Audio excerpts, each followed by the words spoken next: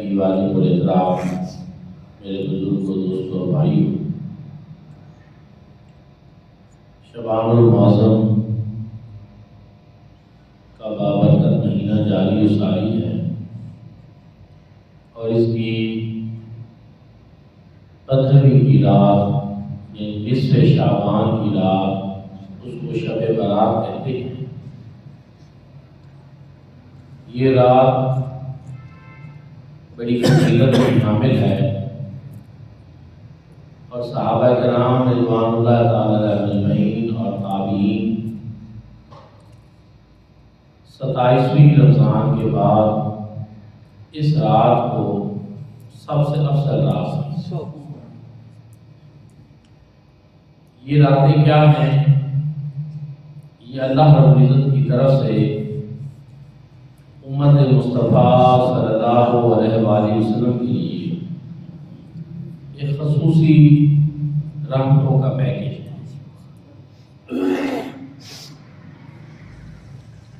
حدیث مبارکہ میں بھی اس رات کی بڑی فضیلت بیان کی گئی ہے۔ حضور نبی کریم صلی اللہ علیہ وآلہ وسلم نے ارشاد فرمایا کہ اس رات کو بنی کلب کی بکریوں کے بالوں کی طرح اللہ رب العزت امت مصطفیٰ صلی اللہ علیہ وسلم کی بخشش اور مغفرت۔ پھر ایک حدیث پاک میں ہے اس رات کو اللہ رب العزت آسمان دنیا پہ نزول اجلال فرماتے ہیں اور ارشاد فرماتے ہیں کہ ہے کوئی مجھ سے مانگنے والا کہ میں اس کو عطا کروں، ہے کوئی توبہ کرنے والا کہ میں اس کی توبہ قبول کروں، ہے کوئی سائل کہ میں اس کو عطا کروں، اور ہے کوئی بخشش اور مغفرت کا طلبگار کہ میں اس کو بخشش اور مغفرت عطا کروں۔ پھر ایک حدیث پاک میں ہے کہ اس رات کو اللہ رب العزت لوگوں کے بارے میں فیصلہ فرماتے ہیں کہ کسی کی زندگی کتنی ہونی ہے، کسی کا رزق کتنا ہونا ہے۔ اس وجہ سے اس کو لیلۃ الشک بھی کہتے ہیں، دستاویزات والی رات، کہ لوگوں کی قسمتوں کا فیصلہ ہوتا ہے۔ اب ہم سب غور کریں کہ جب اللہ رب العزت ہمیں عطا فرمانا چاہے اور ہم غفلت میں ڈوبے ہوئے ہوں یا گناہوں میں لطپت ہوں تو یہ تو بہت بری بات ہے۔ خوش نصیبی تو یہی ہے کہ خالق اور مالک کی رحمت صدا لگا رہی ہو کہ میرے بندوں مجھ سے مانگو، اور بندہ ادھر دامن طلب پھیلا کر بیٹھا ہو، یا اللہ مجھے یہ بھی عطا کر دے، یا اللہ مجھے یہ بھی عطا کر دے، تو اللہ پاک راضی ہوں گے، خوش ہوں گے کہ آج میں دینا چاہتا ہوں اور میرے بندے مجھ سے لینا چاہتے ہیں۔ میری عطائیں آج بڑی وسیع ہیں تو میری مخلوق میری عطاؤں کو طلب کرنے کے لیے حاضر ہے۔ اس لیے صوفیاء اور اولیاء کرام، علماء کرام، دین سے محبت رکھنے والے، وہ تو ان راتوں کو بڑا غنیمت جانتے ہیں اور عبادت میں گزارتے ہیں۔ اور پھر اللہ رب العزت نے قرآن مجید فرقان حمید میں ارشاد فرمایا قل یا عبادی الذین اسرفوا علی انفسہم لا تقنطوا من رحمت اللہ، کہ اے محبوب آپ میرے بندوں سے فرما دیجیے، آپ فرما دیجیے کہ اے میرے بندو اللہ کی رحمت سے نا امید نہ ہو اگر اپنی جانوں کا ظلم کر رہے ہو۔ نہ جہاں میں مجھ کو امان ملی، جو امان ملی تو کہاں ملی، میرے جرم خانہ خراب کو تیرے عفو بندہ نواز۔ بندے کا کام یہی ہے کہ غلطیاں ہو جاتی ہیں، گناہ ہو جاتے ہیں، جرم ہو جاتے ہیں، لیکن بندہ اپنے خالق اور مالک کے پاس واپس لوٹ اس کی بارگاہ میں حاضر ہو جائے، رجوع اللہ کر لے۔ اور اللہ رب العزت نے تو انسان کے موت کے وقت سے پہلے تک توبہ کے دروازے کھول، جب میرا بندہ لوٹا، جب واپس آ جائے، گناہ ساری زندگی کرتا رہے صدق کے دل سے ایک توبہ کافی۔ یہ کتنا بڑا انعام ہے، یہ کتنی بڑی رحمت ہے، یہ کتنا بڑا پیکیج ہے۔ تو دوستانی کی وقار بعد لوگ شب برات کے بارے میں یہ بھی کہتے ہیں کہ نہیں ایسی کوئی رات نہیں، ایسی کوئی چیز نہیں اس میں، وہ یہ نہیں دیکھتے کہ اس ان کے کہنے سے کتنے لوگ ہیں جو عبادت سے غافل ہو سکتے، جبکہ اس رات کی فضیلت احادیث مبارکہ سے ثابت شدہ اور کئی احادیث موجود ہیں، آثار صحابہ موجود ہیں، آثار تابعین موجود ہیں۔ تو اس لیے ہمیشہ وہ بات کرنی چاہیے جس سے لوگوں کے دل اللہ پاک کی طرف مائل ہوں، لوگ اللہ رب العزت کی طرف راغب ہوں، لوگ اپنی بخشش اور مغفرت کا سامان ہیں۔ تو وہ یہی ہے کہ ایسی راتیں یہ فضیلت کی حامل ہوتی ہیں، اور شب برات جو ہے اس میں قبرستان جانا یہ حضور نبی کریم صلی اللہ علیہ وسلم سے ثابت شدہ۔ جب 15ویں شعبان کی رات آئی، حضور نبی کریم صلی اللہ علیہ وسلم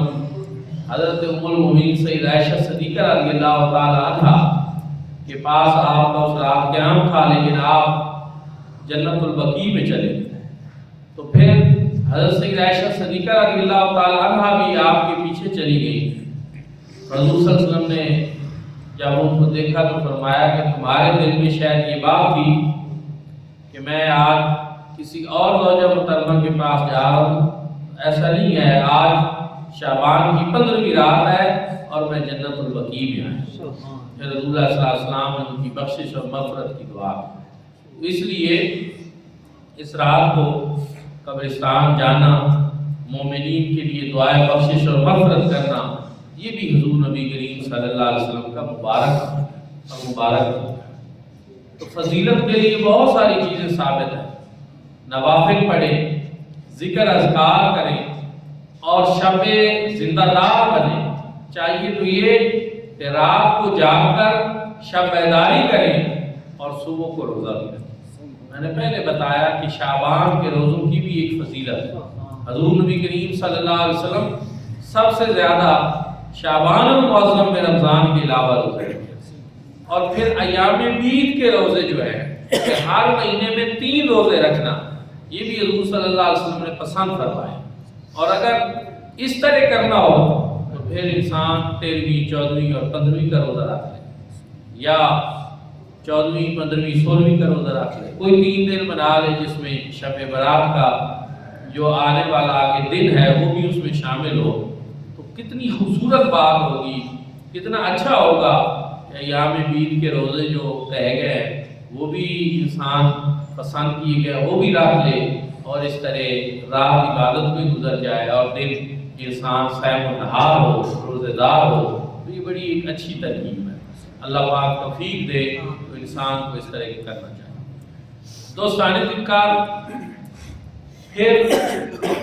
اس میں ایک اور چیز بھی ہے کہ شب برات کو آپ مساجد کو آباد کریں،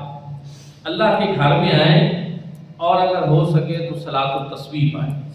اس کی بھی بڑی فضیلت ہے۔ حضور نبی کریم صلی اللہ علیہ وسلم نے اس کی اپنے چچا حضرت عباس رضی اللہ تعالیٰ عنہ کو فرمایا کہ صلاۃ التسبیح پڑھیں، اور اس کے پڑھنے سے زندگی کے سارے گناہ معاف ہو جاتے ہیں، اور فرمایا کہ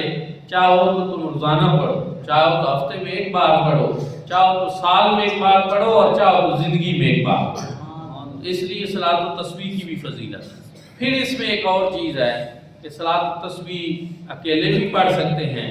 اور لوگوں کی آسانی کے لیے اگر باجماعت بھی ہو جائے تو یہ اس میں کوئی حرج نہیں، یہ زیادہ اچھی بات ہے۔ تو اس لیے اس کا اہتمام بھی کریں اور اپنی مساجد کو شب برات میں جو ہے وہ آباد رکھیں۔ بڑے شہروں میں ان راتوں میں لوگ بالکل اس کے برعکس چلے جاتے ہیں، قرآن و سنت کی تعلیمات شور غلہ کرتے ہیں، پٹاخے چھوڑتے ہیں اور چیزیں، تو یہ کسی بھی لحاظ سے اخلاقی طور پہ شرعاً یہ ناپسندیدہ باتیں ہیں۔ جب عبادت کی رات ہو، بخشش اور مغفرت کی رات ہو، اور انسان کسی ایسے لہو و لعب کے اندر مشغول ہو جائے تو یہ بات کہیں سے بھی درست نہیں ہے۔ اس لیے اپنے بچوں کو، نوجوانوں کو بھی اس طرف راغب کریں، اور سب سے خوبصورت بات تو یہ ہے کہ آپ اپنے بچوں کو اپنے ساتھ مساجد میں، آج شب برات ہے کہ آئیں، اس رات کو ہم اللہ کی بندگی کریں، عبادت کریں، اپنے روٹھے ہوئے رب کو بنائیں، راضی کریں اس کو، تو یہ کرنا چاہیے۔ اور اتوار اور سوموار کی درمیانی رات جو ہے وہ شب برات، اس لیے میں نے ضروری سمجھا کہ اس کے کچھ فضائل اور مناقب آپ کی خدمت میں بیان کریں۔ حضور نبی کریم صلی اللہ علیہ وسلم نے یہ بھی فرمایا کہ اس رات کو ہر بندہ مومن، کلمہ پڑھنے والے مسلمان کو بخش دیا جاتا ہے، اس کی مغفرت کر دی جاتی ہے، سوائے اس کے کہ جو مشرک ہو یا جو کینہ پرور۔ ایک میں حدیث پاک میں چغل خور کی بات آئی ہے، اور کہیں والدین کے نافرمان کی بات آئی ہے، تو باقی جو ہے وہ سب کی بخشش اور مغفرت ہو جاتی ہے۔ اللہ رب العزت نے جن لوگوں کی اس رات میں بخشش اور مغفرت فرمانی ہے، ہماری دعا ہے کہ اللہ پاک ہم کو بھی